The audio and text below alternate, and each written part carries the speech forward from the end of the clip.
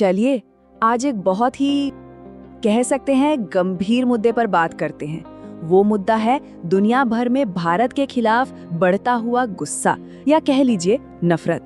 जरा सोचिए, एक डॉक्यूमेंट्री वायरल हो रही है और उसमें किसी बहुत फेमस नरेटर की आवाज है, मतलब एआई से बनाई हुई आवाज, और वो भारतीयों को इंसानों की तरह नहीं बल्कि जैसे किसी नेचर डॉक्यूमेंट्री में जानवरों को दिखाते हैं वैसे दिखा रही है। ये बस एक छोटा सा उदाहरण है कि बात किस हद तक पहुंच चुकी है।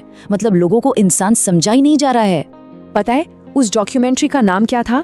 India the worst country on earth.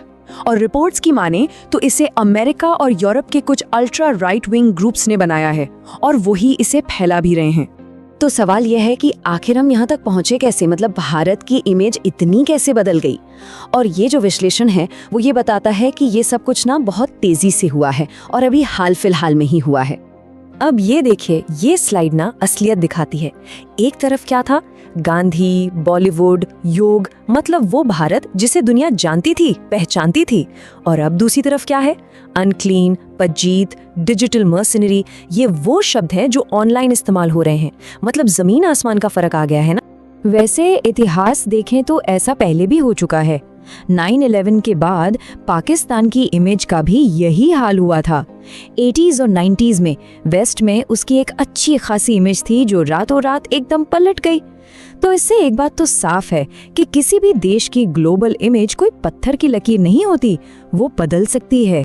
तो फिर सवाल ये है कि ये नफरत, इसको हवा दे कौन रहा है? ये आ कहाँ से रही है? देखिए, इस एनालिसिस में एक बहुत बड़े एक्सटर्नल फैक्टर, मतलब एक बाहरी वजह की तरफ इशारा है, और ये वजह जुड़ी है ज्यादातर पश्चिमी देशों से। और इसकी जड़ में ना एक आइडियोलॉजी है, एक सोच है। इसे कहते हैं द ग्रेट रिप्लेसमेंट थ्योरी। ये एक फार राइट कॉन्स्पिरेसी थ्योरी है जो ये कहती है कि भाई बाहर के लोग आ रहे हैं और वेस्ट के कल्चर और आबादी को धीरे धीरे रिप्लेस कर रहे हैं, मतलब बदल रहे हैं। लेकिन मजे की बात क्या है कि अब इस थ्योरी का टारगेट बदल गया है। पहले इसका निशाना कौन होते थे?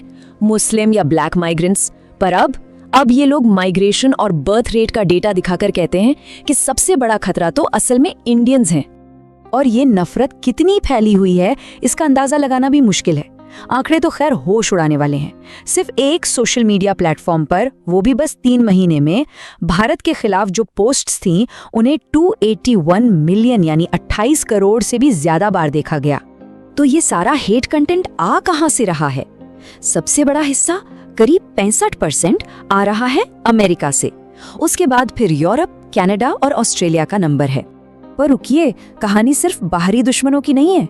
ये एनालिसिस कहता है कि इस आग में घी डालने का काम कहीं ना कहीं भारत के अपने डिजिटल इकोसिस्टम से भी हो रहा है।